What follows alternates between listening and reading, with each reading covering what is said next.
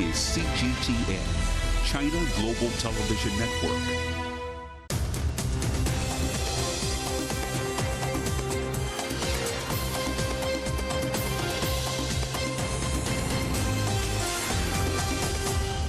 Live from London, this is The World Today. Hello, I'm Jamie Owen. Welcome to the programme. Our top stories. China's President Xi Jinping and US Secretary of State Antony Blinken say progress is made during their talks in Beijing, putting ties between the world's largest powers on a more stable footing. China's premier in Germany looking to boost trade with Beijing's biggest European export partner, with Ukraine also on the agenda. 4 dead, dozens injured, violent clashes as Israel's military carries out a raid on Jenin in the West Bank. And 9 suspects plead not guilty in a Greek court over the migrant boat tragedy, with hundreds of people still missing at sea. China and the United States have committed to stabilizing their difficult relationship at the end of the US Secretary of State Antony Blinken's visit to Beijing.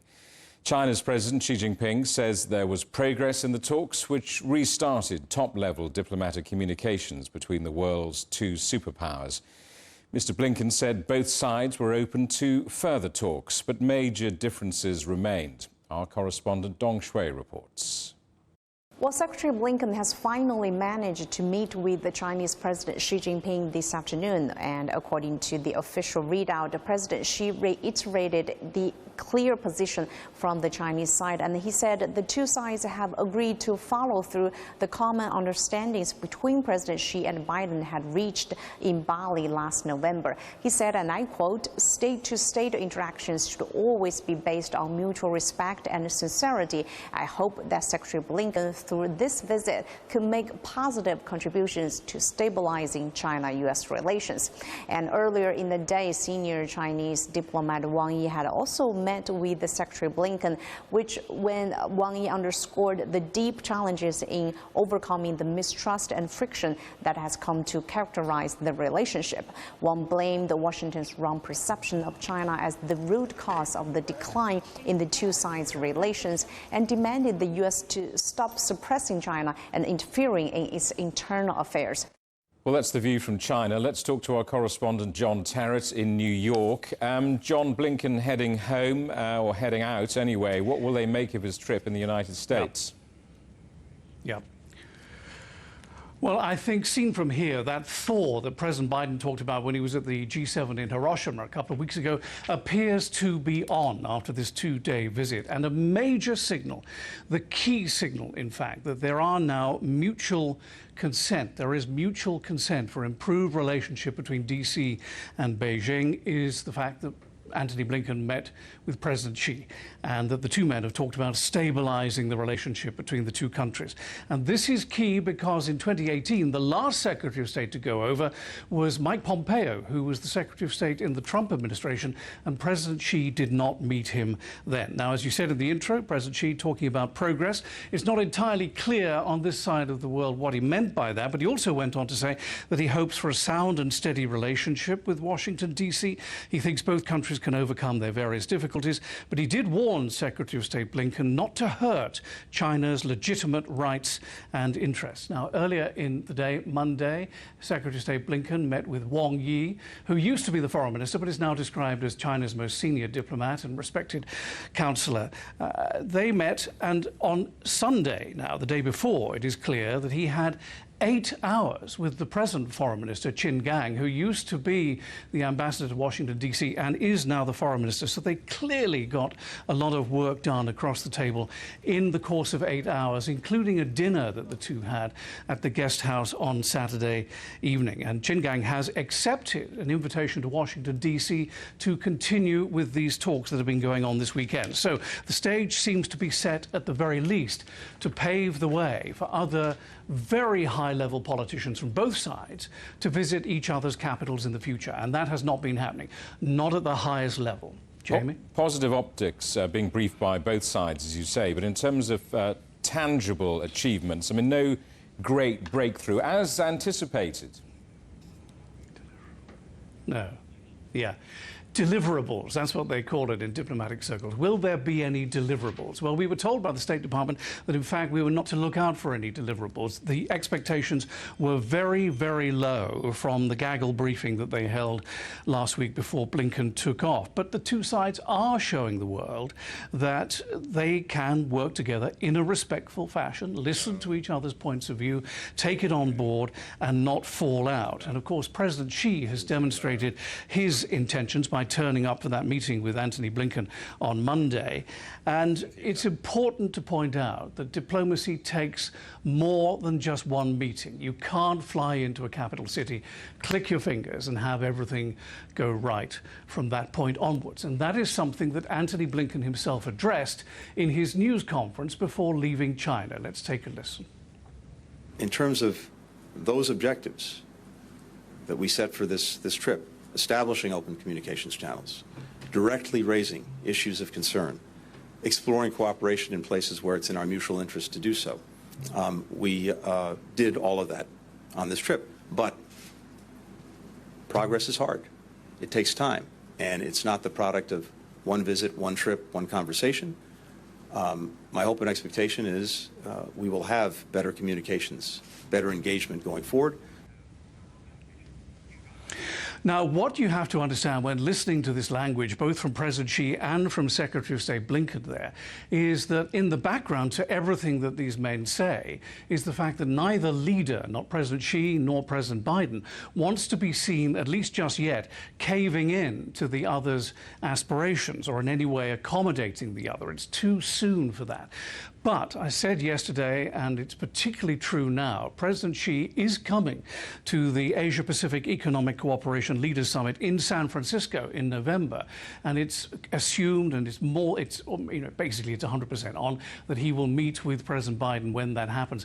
And so President Xi very keen to smooth the way, to make sure that he gets a warm welcome in America when he comes. And that's what this trip has been about as well. Now, finally, many, many things separate these two sides. You must understand that. Tariffs, export controls, fentanyl, and of course human rights. But I think what's happened now is that they've demonstrated to the world that both sides recognize that we have two systems here. They're never going to change. They won't change. At least they won't change very much. And that they now move forward on that basis. Jamie? John, thank you for that. Our correspondent, John Terrett in New York. Let's talk now to Dr. Huiya Wang, founder and president of the Center for China and Globalization. Welcome to the programme. Good to see you. Well, you're a seasoned observer of this rather tumultuous relationship. As we've been reporting, no big breakthroughs as forecast. But what do you make, given your experience of the mood music at the end of this visit?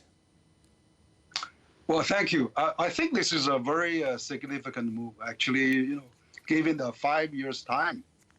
The first American Secretary of State come to Beijing, and also usher in a parade of high-level visit that we expect in the next 6 months.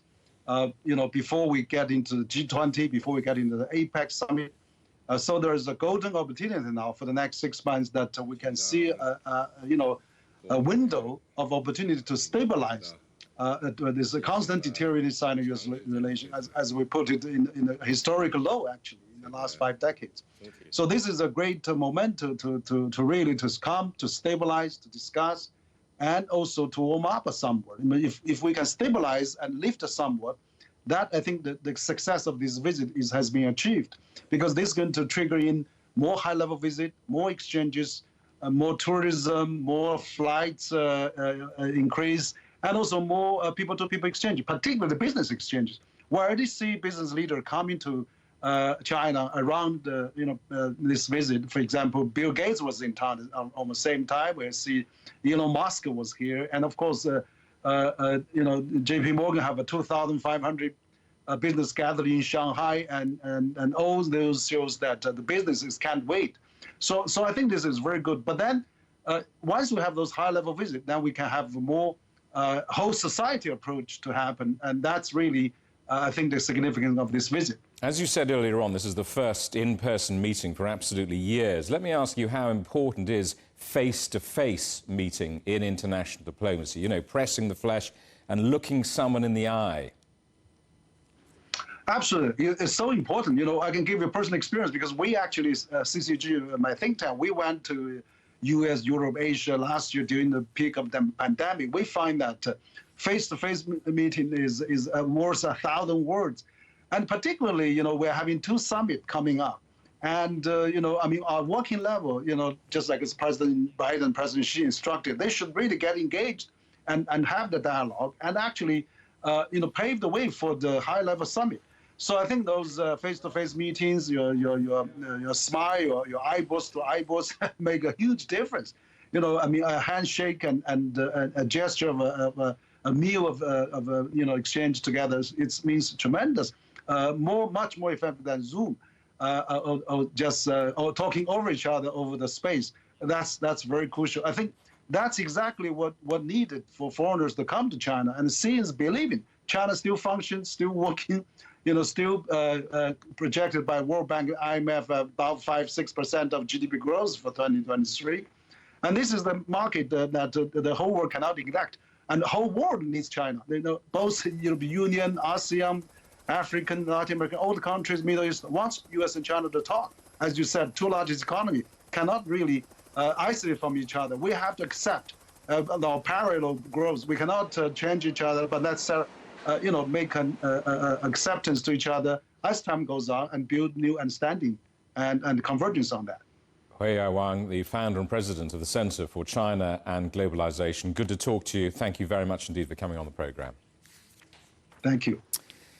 Well, China's Premier Li Qiang is holding talks with the German government in Berlin on his first overseas trip since taking office. Trade, the conflict in Ukraine, expected to dominate discussions with Chancellor Olaf Scholz. Germany is China's biggest export partner in Europe, and Beijing is keen to develop stronger ties. Berlin has called on Beijing to use its influence with Russia to work towards what it calls a just peace in Ukraine. Well, let's talk to our correspondent Peter Oliver, watching events for us in Berlin. Peter, putting it crudely, what's in this for China? What's in it for Germany? Yeah, well, look, let's put it very crudely. There's $320 billion worth of trade between the two of these countries, so there's a fair share of that between the two of them if we're going to break it down to the brassest of brass tacks. But there is more than that between the two of these. Trade is incredibly important, though, and it's very important from the German side that China is the I'm terribly sorry. I think we may have lost the link to our correspondent Peter Oliver in Berlin, which is a shame, but we may return to him a little later in the programme. If not, we'll come back to him in the next hour or so. But let's, in the meantime, carry on with the rest of today's news. Well, on this subject, Juliet Mann has been speaking to Yen Uxland, the Vice President of the European Union Chamber of Commerce in China. It looks to me like there's a lot of catching up to do. Bilateral engagements and bilateral visits have pretty much been put on hold for 3.5 years during COVID. The opening was Scholz coming to China in November, and that was a very good visit, and we were very happy that it went. And it's great now that Premier Li, he is making a return visit to Germany. It's imperative now that we begin to ramp up these visits between Europe and China again. I think a lot of the misunderstandings we see now is exactly because we have not had the opportunity to engage on these face-to-face meetings. So this is very much to be welcomed. Let's talk about trade opportunities, because China is a key market for German exporters in particular, from Adidas to Audi. Is that why Li picked Germany for his first trip abroad? I think that's part of the explanation, but I think a deeper challenge from a European perspective is that actually Europe is a much bigger market for Chinese goods than China is for European goods. Chinese exports to Europe are 3 times larger than European exports to China. So I'm pretty sure that the question of the imbalance in trade is going to be raised. And I think it's in everybody's interest to make sure that going forward that we achieve some sort of balance in the trade relationship. That will make it much healthier from a long-term perspective. Germany has talked not about decoupling, but de-risking from China and reducing reliance on certain products and services, like semiconductor chips. And news that Berlin's close to a deal with the US firm Intel is perhaps an indication of that. So what do you think deals like that do to China's relationship with Germany and other EU nations? I think de-risking is, for many good reasons, becoming a hot topic right now. I still think that the concept of de-risking is not very well understood.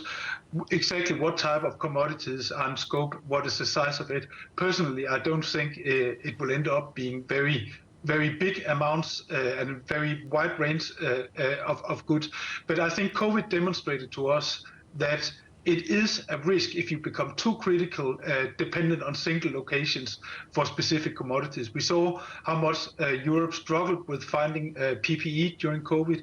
We have seen now with Russia's invasion of Ukraine how Europe had been struggling with securing energy. So I think there's a lot of common sense to it here, that you really try to find out where are your big risks, and then you try to address it so you don't come in a situation again where you might be struggling and suffer quite a bit because you are not prepared. I think this is, exercising constant care, that you are preparing yourself for the worst eventuality while still maintaining a healthy relationship with your partners as you would otherwise. Israeli forces have killed 3 Palestinians, including a 15-year-old, and injured at least 29 other people during raids in the occupied West Bank. There were violent clashes as Israeli commandos entered Jenin, backed by a military helicopter. Israel says the raids were aimed at arresting Palestinians suspected of attacks. The Palestinian armed group Islamic Jihad confirmed it was involved in these clashes. Well, let's talk to our correspondent Stephanie Fried, watching events in Tel Aviv. Stephanie, what more do you have for us? What's the latest? Well, Jamie, the death toll on the Palestinian side is now up to 5, including a child, as you noted, according to the reports from the health authorities and ministry in the the Israeli-occupied West Bank. A lot of what you were talking about, very, very violent clashes, starting from early in the morning that were ongoing for hours and hours. Quite a fight between the two sides, including explosions on the part of the Palestinians, blowing up Israeli vehicles, IEDs or roadside explosives that immobilized 5 Israeli vehicles. 7, the latest count that we've got, are 7 Israelis, operatives in Jenin that were injured during that fighting. And those included, though, the mix there of the Israelis inside that were going in, as you said, Jamie, they say they were going in to take out militants. The mix was an elite paratrooper unit that was inside, at least 1, undercover units, border police, 7 of those injured, and 5 vehicles immobilized. And now what we're seeing on social media is Palestinians in Jenin who are parading through the streets with parts of those immobilized vehicles. Dozens and dozens of Palestinians injured in this fighting.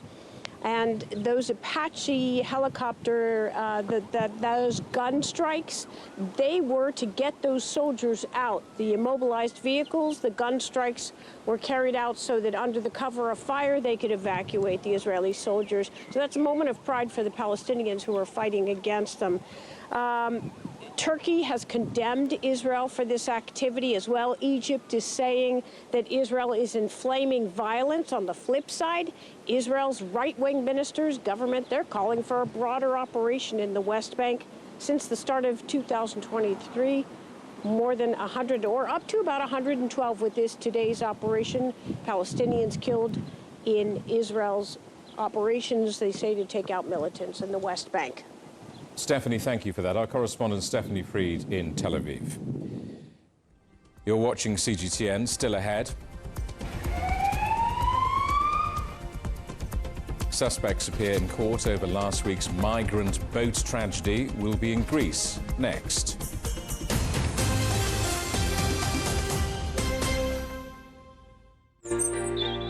Ever wondered what's the difference between a bear and a bull market? Where are the cash cows? And who are the lame ducks? And what exactly are black swans, grey rhinos, and unicorn companies? Make sense of it all with Global Business, only on CGTN. There's a new agenda for a new world, accelerating change in almost every part of our lives. It's shifting the norms of how we work, travel, and connect. How we think, interact, and develop. It's a new reality, a new agenda with me, Juliette Mann.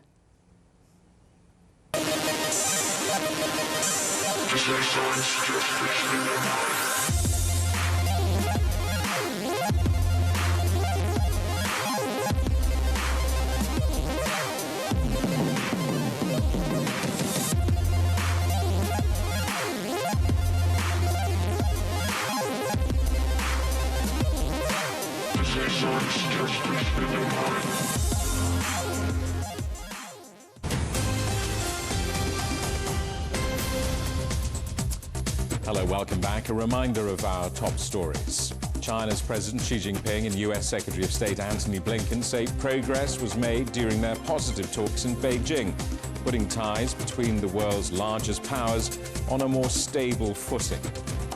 China's premier is in Germany, looking to boost ties with Beijing's biggest European export partner, with Ukraine also on the agenda. And 4 dead, dozens injured, violent clashes as Israel's military carries out a raid on Jenin in the West Bank. 9 suspects have pleaded not guilty in Greece to charges relating to the sinking of the overcrowded migrant boat. 78 people are now known to have died. Hundreds are still missing, while questions continue to be asked about what the Greek Coast Guard knew and how it responded. Our correspondent Evangelo Sipsas is in Kalamata, where the suspects are being held.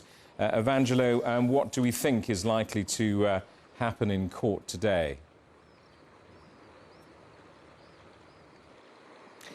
Well, what we do know for sure is that the appearance of these 9 people in front of a judge has been suspended for the next 24 hours, so they're going to appear in court sometime on Tuesday morning.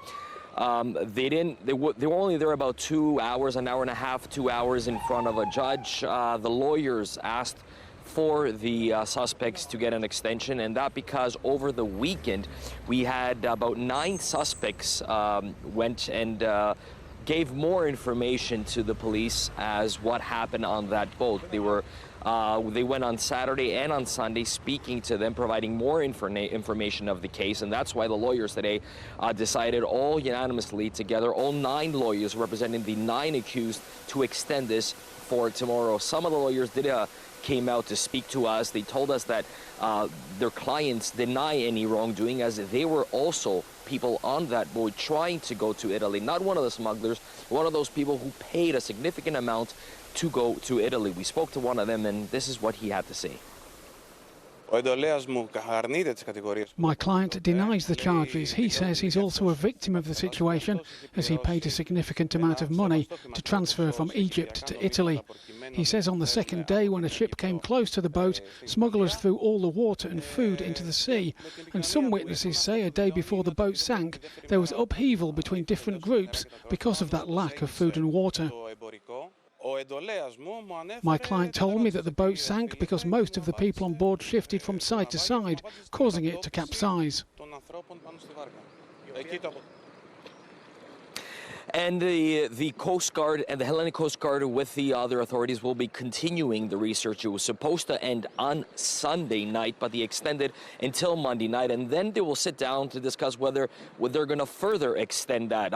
These search and rescue operations that have been questioned by the Hellenic Coast Guard, as they were on the spot when the incident happened, and they didn't act enough. There's critics around saying, of course, that the Hellenic Coast Guard left that boat for 15 hours, not intervening, just perhaps throwing bring some water. Hundreds of eyewitnesses were saying that we're calling for help for a number of, for multiple hours. They were just looking at us, pointing their flashlights at us, but not doing anything. On the other side, the Hellenic Coast Guard denies all any wrongdoing and saying that we were there from the first moment and we helped. Now, of course, what we do know is that boat has been spinning around for several hours without any help. And if we do take maritime law for granted here, that the Hellenic Coast Guard should have intervened according to the law when they saw that that boat was in distress, even if people did indeed say we don't need any help. The Coast Guard also is saying this because they believe that those people who were saying that were the people who are the smugglers. Now, you need to understand this topic is quite sensitive and there's not a lot of information coming out as we're still going through election period. On June 25th, we're going to have a second round of elections, and this topic, of course, has become quite hot for a political debate here in Greece. Evangelo, thank you for that. Our correspondent Evangelo Sipsas in Kalamata in Greece. Russia's defense ministry says one of its warships was involved in rescuing 68 people overnight from the Mediterranean. The frigate Admiral Gorshkov and a Russian cargo ship received a distress call from what they say was a yacht-type vessel flying both Greek and German flags. The passengers on board the boat were later transferred to Greek Coast Guard boats. Officials in India say around 170 people have died during a heat wave. Temperatures in the state of Uttar Pradesh and Bihar have soared as high as 45 degrees, with high levels of humidity. The region has also suffered power and water outages. People over the age of 60 are being advised to stay indoors. The UK's first deep geothermal energy project in almost 40 years has started operation. Housed at the Eden Project, an ecological tourist attraction in Cornwall, it'll tap into hot water reservoirs almost 5 kilometres underground to heat nearby greenhouses. Officials at the Eden Project say it should cut energy bills by 40%. The scheme comes as interest in geothermal energy is growing as the UK tries to reach its net zero goals. The world's biggest international aerospace event is back on in France after a 4-year break. The Paris Air Show is taking place against a backdrop of the war in Ukraine and industry efforts to try to cut carbon emissions. French President Emmanuel Macron flew his green colours, arriving in a helicopter, partly using sustainable air fuel. Multi-billion-dollar deals are expected to be signed, but the spotlight will also be on whether the sector can keep pace with international demand. The headlines again. China's President Xi Jinping and US Secretary of State Antony Blinken say progress was made during their positive talks in Beijing, putting ties between the world's largest economies on a more sustainable footing. Our other headlines: China's premier is in Germany looking to boost trade with Beijing's biggest European export partner, with Ukraine also on their agenda. And 9 suspects plead not guilty in a Greek court over the migrant boat tragedy, with hundreds of people still missing at sea. And that is The World Today. Thank you for watching. There's more news on CGTN Europe's channel, on the Telegram app, or scan the QR code on the screen to get stories and updates sent direct to your phone. We're back with more news at the top of this hour. Coming up next, it's World Insight. For now, from all of the team in London, it's goodbye.